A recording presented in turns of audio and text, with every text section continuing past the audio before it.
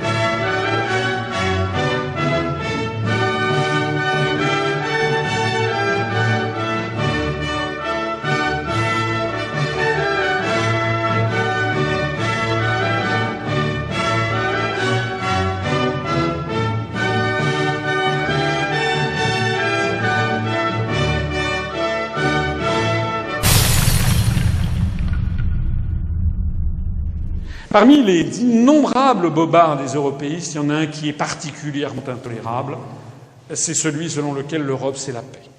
Mes amis, en 50 ans, la construction de l'Europe a permis d'affermir la paix.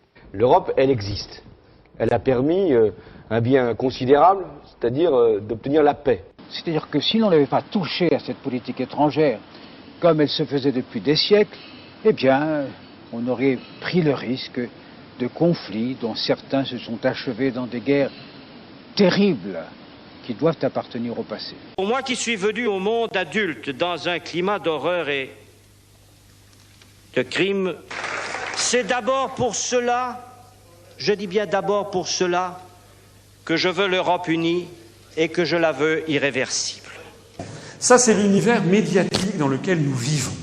Vous vivez, nous vivons, du berceau à la tombe, dans cet univers où quotidiennement on nous explique que l'Europe est notre avenir, que l'Europe c'est la paix, que l'Union fait la force, qu'il faut faire l'Europe pour éviter de nouveaux Verdun. Les mots qui décrivent l'Union européenne pour moi, déjà en premier la paix. L'Union et je pense la paix. Bien sûr la paix et puis la prospérité et le progrès social, oui. Longtemps il n'y a pas eu la guerre entre ces pays-là. Un truc qui va contrebalancer les États-Unis.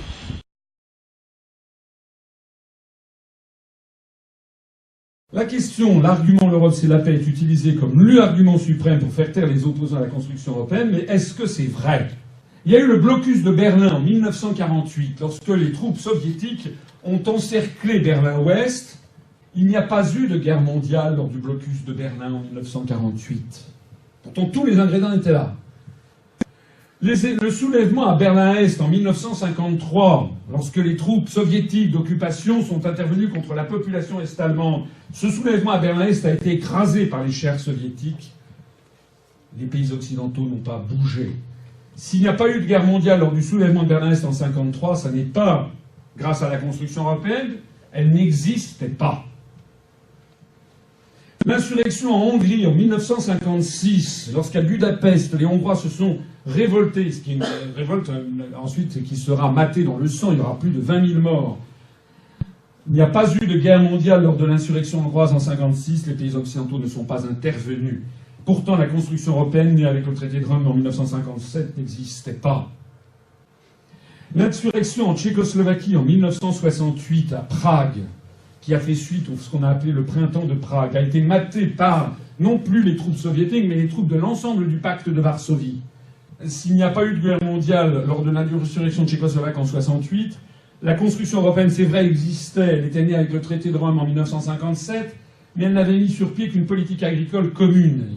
Est-ce que vous croyez que c'est parce qu'on payait les quotas de lait aux Français sur fonds allemands qu'il n'y a pas eu de guerre mondiale lors de l'invasion de la Tchécoslovaquie en 1968 ?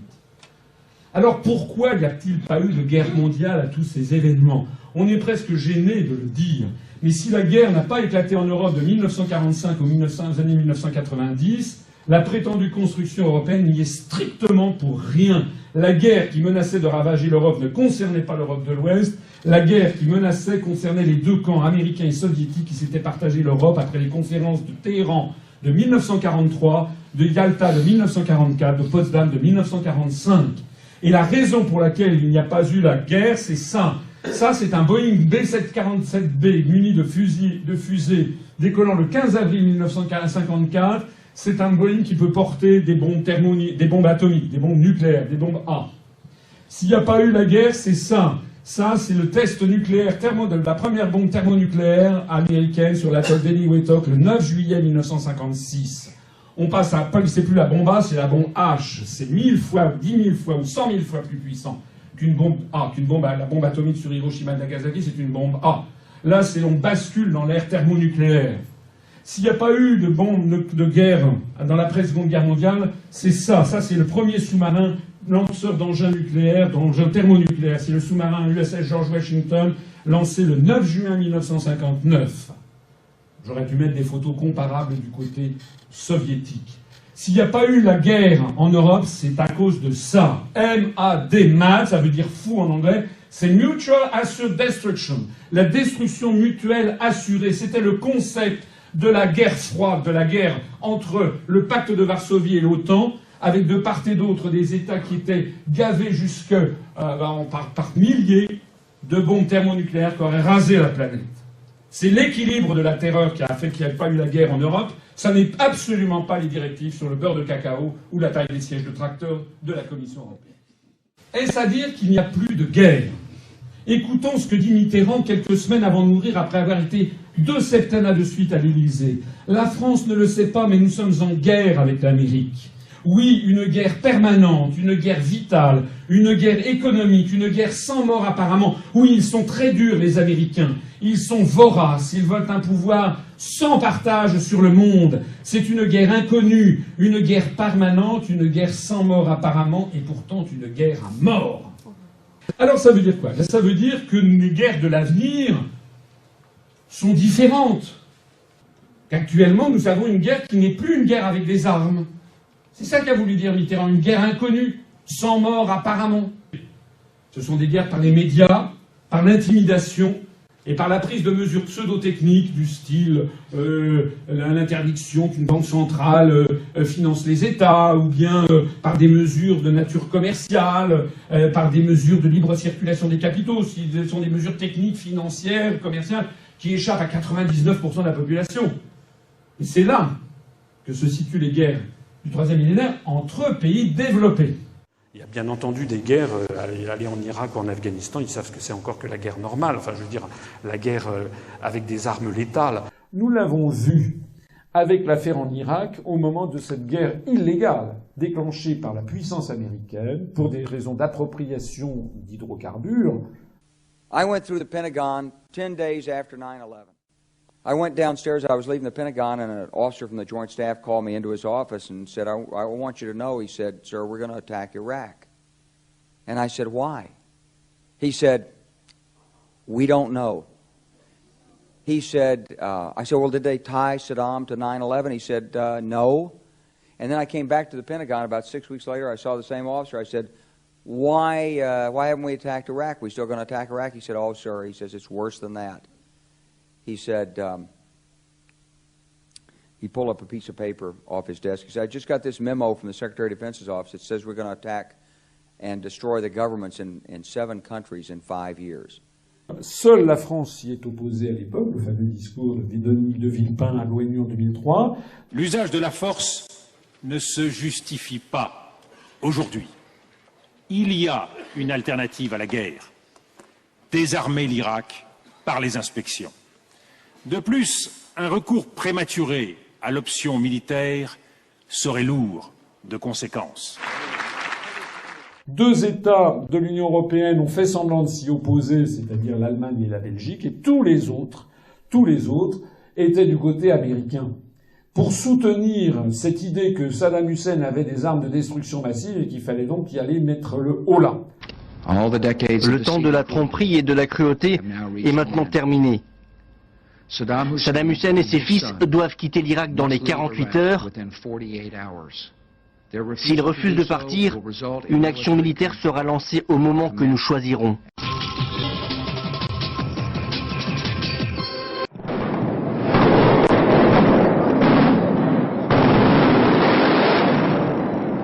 Bagdad, de nouveau sous les bombes.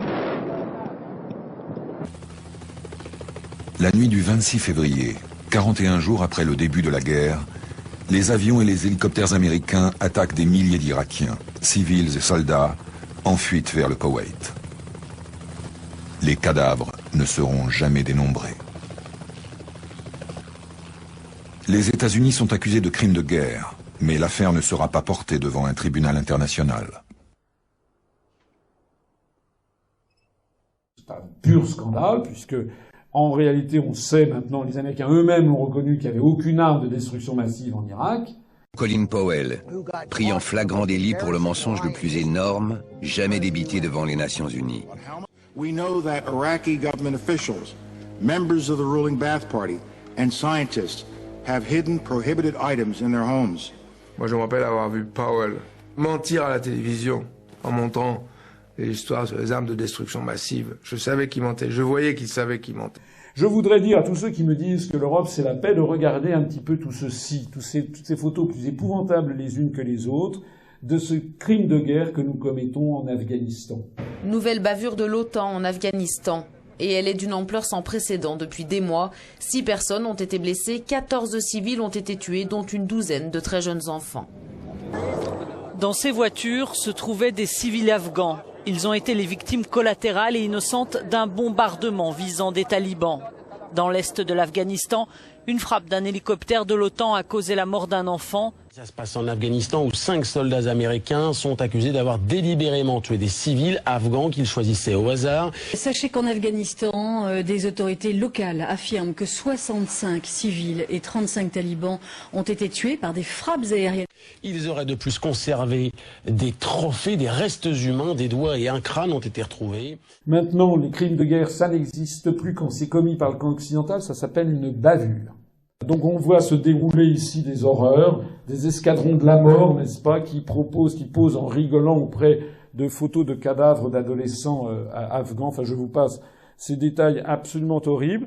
Alors maintenant, on se désengage un petit peu d'Afghanistan, mais nous avons commis des horreurs en Libye. Un immeuble complètement détruit en plein centre de Tripoli. À l'intérieur vivaient plusieurs familles, des civils. C'est l'OTAN qui a provoqué ces destructions à la suite d'une erreur. Le bilan est très lourd, 9 morts, 18 blessés. Les autorités libyennes ont tout de suite évoqué une bavure des forces de l'OTAN. Apparemment, le missile n'a pas atteint sa cible prévue à cause d'une défaillance du système d'armement. Cette erreur technique a provoqué les pertes. L'OTAN regrette la mort de civils innocents.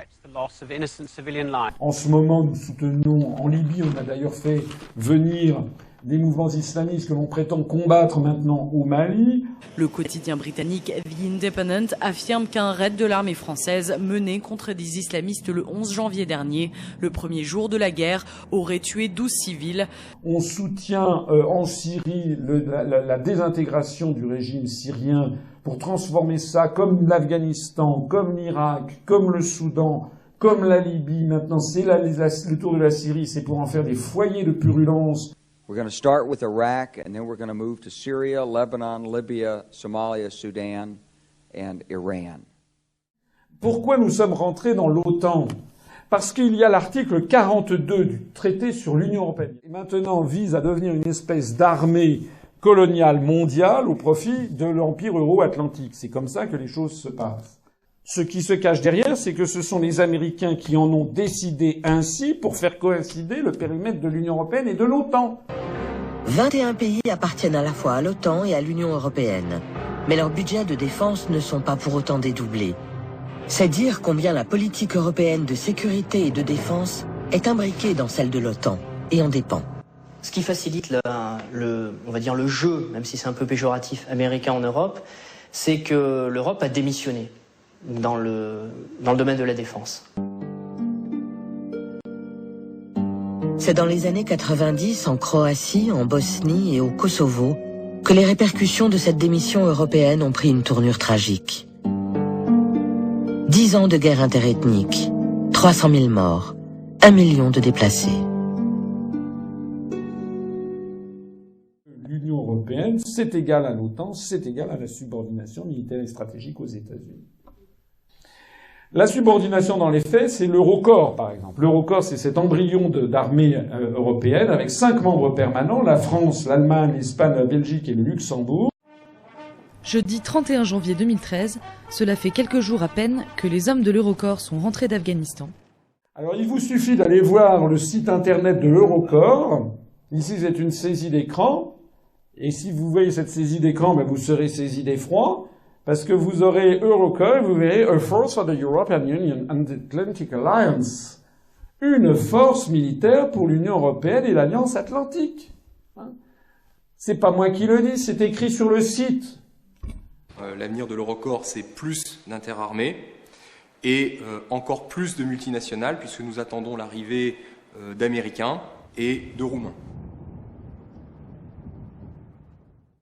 C'est pour ça que la Russie, puisqu'il s'agit d'encercler la Russie, ça n'est pas moi qui l'invente, c'est Zbigniew Brzezinski qui a été le conseiller diplomatique de Carter et qui a écrit un ouvrage qui s'appelle The Great Chessboard, le grand échiquier en français, qui explique qu'il s'agit de encercler et de repousser la Russie au maximum dans l'interland eurasiatique, et il s'agit de surveiller le Moyen-Orient, Israël, les pays de la Mésopotamie, c'est de ça qu'il s'agit.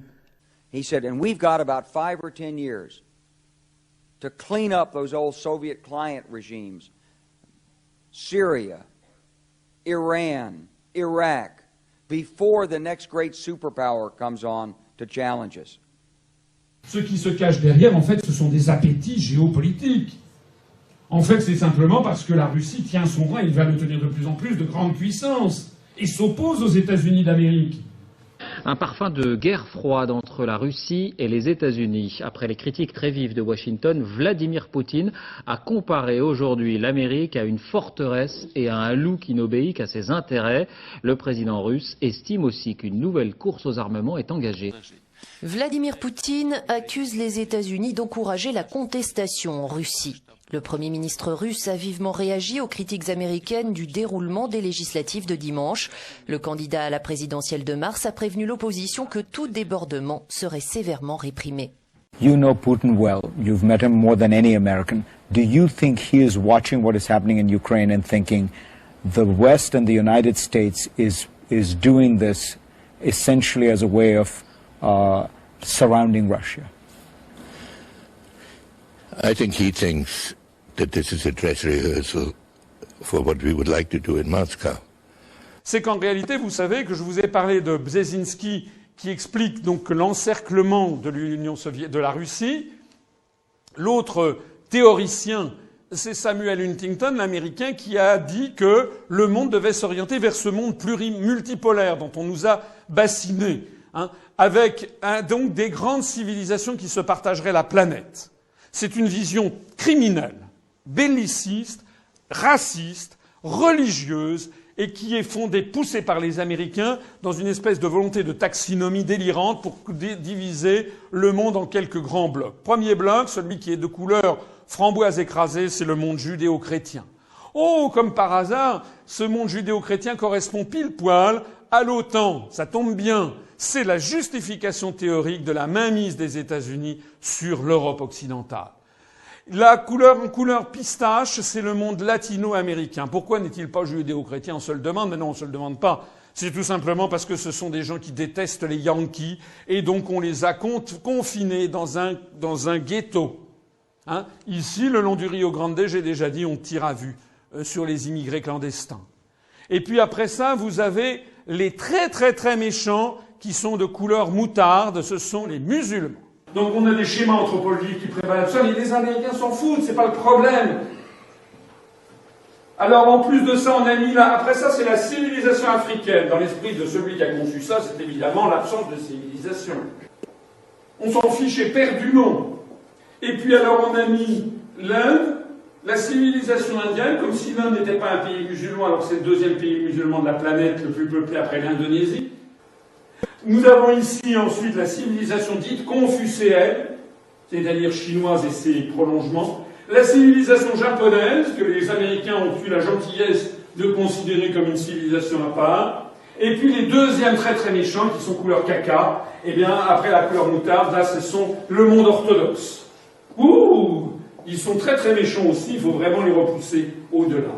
En tout cas, tout ceci pourrait prêter à plaisanterie si, comme je l'ai dit tout à l'heure, ça n'était pas la pseudo-justification théorique d'une volonté de faire un ensemble euro-atlantiste, guerrier, qui a vocation à vouloir diriger le monde et à imposer des guerres néocoloniales. Alors c'est évidemment extrêmement grave, parce que cette construction européenne, qui tient encore un petit peu dans l'esprit des gens parce qu'on leur a fait croire que l'Europe c'est la paix, non, l'Europe est en train de nous entraîner vers la guerre.